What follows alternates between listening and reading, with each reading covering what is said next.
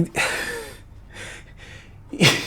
ഇതിപ്പം ഇതെന്തോ ഇവിടെ ഇപ്പം നടന്നത്. എൻ്റെ പൊന്നെ, ഞാൻ അർജൻറ്റീന ഫാനൊന്നുമല്ല. എനിക്ക് തന്നെ ഈ മത്സരം എങ്ങനെയും ഒന്ന് കഴിഞ്ഞാൽ മതിയെന്നായിരുന്നു. അപ്പം ഒരു അർജൻറ്റീന ഫാൻ 120 മിനിറ്റ് ഈ മത്സരം എങ്ങനെ കണ്ടിരുന്നു എന്ന് എനിക്ക് മനസ്സിലാക്കാൻ പറ്റുന്നില്ല. ബ്രസീൽ വല്ലോ ആയിരുന്നു, ബ്രസീലിൻ്റെ മത്സരം വല്ലോ ആയിരുന്നു ഈ രീതിയിൽ പോയിരുന്നതെങ്കിൽ എനിക്ക് വല്ല ഹാർട്ട് അറ്റാക്ക് വന്നേനെ.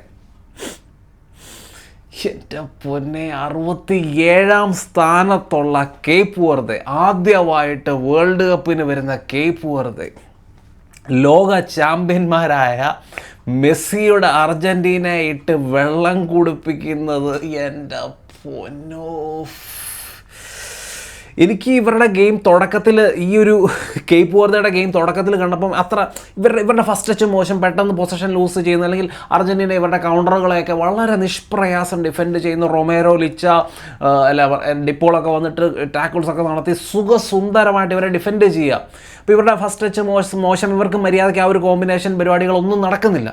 അപ്പോൾ ഞാൻ ഓർത്ത് ഇവരെങ്ങനെ ഗോൾ അടിക്കാനാണ്, ഇതൊന്നും നടക്കാൻ പോകുന്നില്ല, അർജൻറ്റീന പുഷ്പം പോലെ ജയിക്കുമെന്നാണ് ഞാൻ വിചാരിച്ചത്. പക്ഷേ അവരുടെ ഡിഫൻസ്, അവരുടെ ആ ഒരു ഡിഫൻസിനെ ശരിക്കും അർജൻറ്റീനയ്ക്ക് ബീറ്റ് ചെയ്യാൻ, അല്ലെങ്കിൽ അവിടെ സ്പേസസ് കണ്ടെത്താൻ അർജൻറ്റീന ബുദ്ധിമുട്ടി. ശരിക്കും സാധാരണ അർജൻറ്റീന ആ ഒരു നാച്ചുറൽ ഗെയിം, അവർ സെൻട്രലി ബോൾ പ്രോഗ്രസ് ചെയ്ത് പോയി ഓപ്പോസിഷൻ്റെ ലൈൻസിൻ്റെ ഇടയിൽ നിന്നുകൊണ്ട് ആ ഒരു സ്പേസ് കണ്ടെത്തി റൺസ് നടത്തി ഗോൾ സ്കോർ ചെയ്യുന്ന, ഇൻ ബിഹൈൻഡ് റൺസൊക്കെ നടത്തി, അങ്ങനെ ആ ഒരു ഗോൾ സ്കോർ ചെയ്യുന്ന ഒരു രീതിയുണ്ട്. അതിന്ന് കേപ്പ് വെർദയ്ക്കെതിരെ അല്ലെങ്കിൽ കാബോ വെർദയ്ക്കെതിരെ നടത്താൻ അർജൻറ്റീനയ്ക്ക് പറ്റിയിട്ടില്ല. അർജൻറ്റീന ബുദ്ധിമുട്ടി. അർജൻറ്റീനയുടെ മുന്നിൽ ഉത്തരവില്ലാതെ അവർ മെസ്സിയുടെയൊക്കെ മുഖം കാണേണ്ടതായിരുന്നു ആ സമയത്ത്.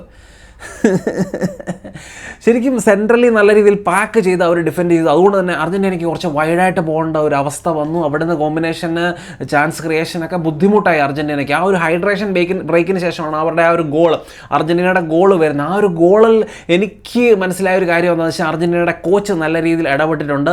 ഈ രീതിയിൽ നമ്മുടെ ആ ഒരു നാച്ചുറൽ ഗെയിം കളിച്ച് കാബോ വെർദെ ഓപ്പൺ ചെയ്യാൻ, അല്ലെങ്കിൽ അവരുടെ ഡിഫൻസിനെ ഓപ്പൺ ചെയ്യാൻ ബുദ്ധിമുട്ടാണ്. അതുകൊണ്ട് ലിച്ച പോണക്കത്തെ ആൾക്കാർ പെട്ടെന്നുള്ള അവരുടെ ആ ഒരു സ്വിച്ച്, അല്ലെങ്കിൽ ആ ഒരു ലോങ് ബോൾ അറ്റംപ്റ്റ് ചെയ്യുക.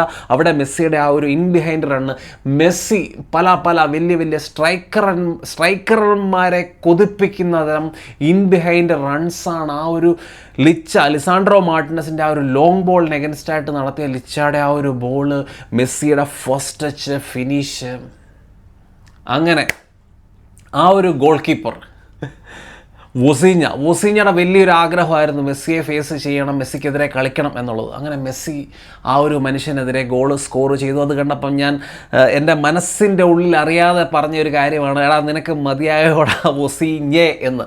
പക്ഷേ വൊസീഞ്ഞ അത് കഴിഞ്ഞിട്ട് മെസ്സിയുമായിട്ട് 1v1 വന്ന് മെസ്സിയുടെ ഷോട്ട് തടയുന്നു, മെസ്സിയുടെ ഫ്രീ കിക്ക് സേവ് ചെയ്യുന്നു. ടോട്ടൽ മത്സരത്തിൽ 8 സേവുകളാണ് വൊസീഞ്ഞ നടത്തിയത്. അതിലെ ഏകദേശം 4, എനിക്ക് തോന്നുന്നു ഓൾമോസ്റ്റ് ഗോൾ സ്കോറിങ്, 4 ഗോളാണ് പുള്ളി സുഖസുന്ദരമായിട്ട് സേവ് ചെയ്തത്. അതുകൊണ്ട് തന്നെ അവരുടെ ഏറ്റവും നല്ല പ്ലെയർ ആ ഒരു ഗോൾ കീപ്പർ തന്നെയാണ്. പക്ഷെ അവരുടെ ബാക്കിയുള്ള ടീമിന് ക്രെഡിറ്റ് കൊടുക്കാതിരിക്കാൻ പറ്റത്തില്ല. ആ രീതിയിൽ അവർ മരിച്ച് ഡിഫെൻഡ് ചെയ്തു. അതുമാത്രമല്ല, ഞാൻ പറഞ്ഞ പോലെ അവരുടെ ആ ഒരു ടെക്നിക്കൽ എബിലിറ്റിയൊക്കെ വളരെ മോശമാണെന്ന് കരുതി നിന്നിടത്തുനിന്ന് അവർ സ്കോർ ചെയ്ത 2 ബാങ്ങർ ഗോളുകൾ.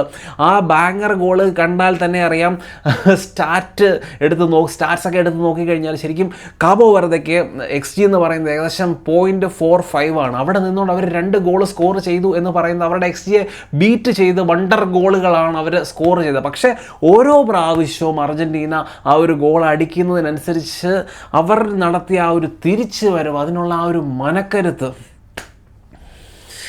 അതാ ഞാൻ പറഞ്ഞ മെസ്സി വരെ തകർന്നു പോകുന്നത് കണ്ട്, ഇവരുടെ ഓരോ പ്രാവശ്യത്തെ ഈ ഒരു കംബാക്ക് കണ്ട് ശരിക്കും മെസ്സി വരെ തകർന്നു പോയിട്ടുണ്ട്. മെസ്സിയുടെ ഒരു കാര്യം നമ്മൾ എടുത്തു പറയണം. മെസ്സി ഇന്നത്തെ മത്സരത്തിൽ ആ ഒരു പ്ലെയർ ഓഫ് ദ മാച്ചൊക്കെ ആയത് മെസ്സിയാണ്. മെസ്സി ഇന്നത്തെ മത്സരത്തിൽ ഏറ്റവും കൂടുതൽ ഷോട്ട് അറ്റംപ്റ്റ്സ്, 9 ഷോട്ട് അറ്റംപ്റ്റ്സ്, ഏറ്റവും കൂടുതൽ ചാൻസസ് ക്രിയേറ്റ് ചെയ്തു, 3 ചാൻസസ് ക്രിയേറ്റ് ചെയ്തു, ഏറ്റവും കൂടുതൽ ടേക്ക് ഓൺസ്, 3 ടേക്ക് ഓൺസ്.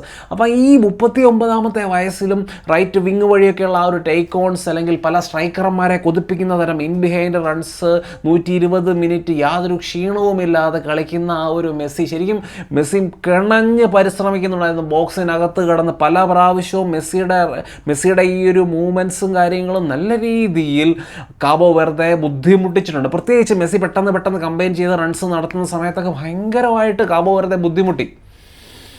എന്നിട്ടും അവരെ പിടിച്ചു നിന്നു. അതുമാത്രമല്ല, മെസ്സി എന്ന് പറയുന്ന മനുഷ്യനെ കാണുമ്പം എനിക്ക് ബാർസ ആരാധകരോടും കൂടെ ഒരു കാര്യം പറയാനുണ്ട്. എന്താണെന്ന് വെച്ച് കഴിഞ്ഞാൽ, നിങ്ങളൊരു സ്ട്രൈക്കറിനെ അന്വേഷിക്കുന്നുണ്ട്. എനിക്ക് തോന്നുന്നു മെസ്സിയുടെ ഇന്നത്തെ പ്രകടനം കാണുമ്പം ശരിക്കും ബാർസയ്ക്ക് വേണമെങ്കിൽ മെസ്സിയെ യൂസ് ചെയ്യാം. പക്ഷേ 39 വയസ്സുള്ള മെസ്സിക്ക് വേണ്ടി ബാഴ്സലോണ പോകുമോ എന്നുള്ളത് എനിക്ക് ഭയങ്കര ഡൗട്ടുള്ള കാര്യമാണ്. മെസ്സി തിരിച്ച് യൂറോപ്പിലോട്ട് വരണം എന്ന് തന്നെയാണ് എൻ്റെ പേഴ്സണൽ ആഗ്രഹം. ശരിക്കും പറഞ്ഞാൽ ഈ ഒരു മത്സരം ആ ഒരു ഫുൾ ടൈമൊക്കെ കഴിഞ്ഞിട്ട് പെനാൽറ്റിയിലോട്ട് പോയിരുന്നേരത്തെ അവസ്ഥ ഭയങ്കര മോശമായതിനെ അർജൻറ്റീനയെ സംബന്ധിച്ച്. കാബോ വെർദയുടെ ആ ഒരു വൊസീഞ്ഞയുടെ മുന്നിലേക്ക് ചെല്ലുക, പുള്ളിക്കെതിരെ പെനാൽറ്റി എടുക്കുക എന്ന് പറയുന്ന ബുദ്ധിമുട്ടുള്ള കാര്യമാണ്. എനിക്ക് തോന്നുന്നില്ല പെനാൽറ്റിയിലോട്ട് പോയിരുന്നെങ്കിൽ അർജൻറ്റീന പെട്ടുപോയനെ. റൗണ്ട് ഓഫ് 32 തന്നെ പുറത്താകുന്ന ഒരവസ്ഥ, അല്ലെങ്കിൽ ആദ്യമായി വേൾഡ് കപ്പ് കളിക്കുന്ന കാബോ വെർദയുടെ മുന്നിൽ അടിയറവ് പറയേണ്ട ഒരു ഗതികേട് അർജൻറ്റീനയ്ക്ക് ഉണ്ടായേനെ.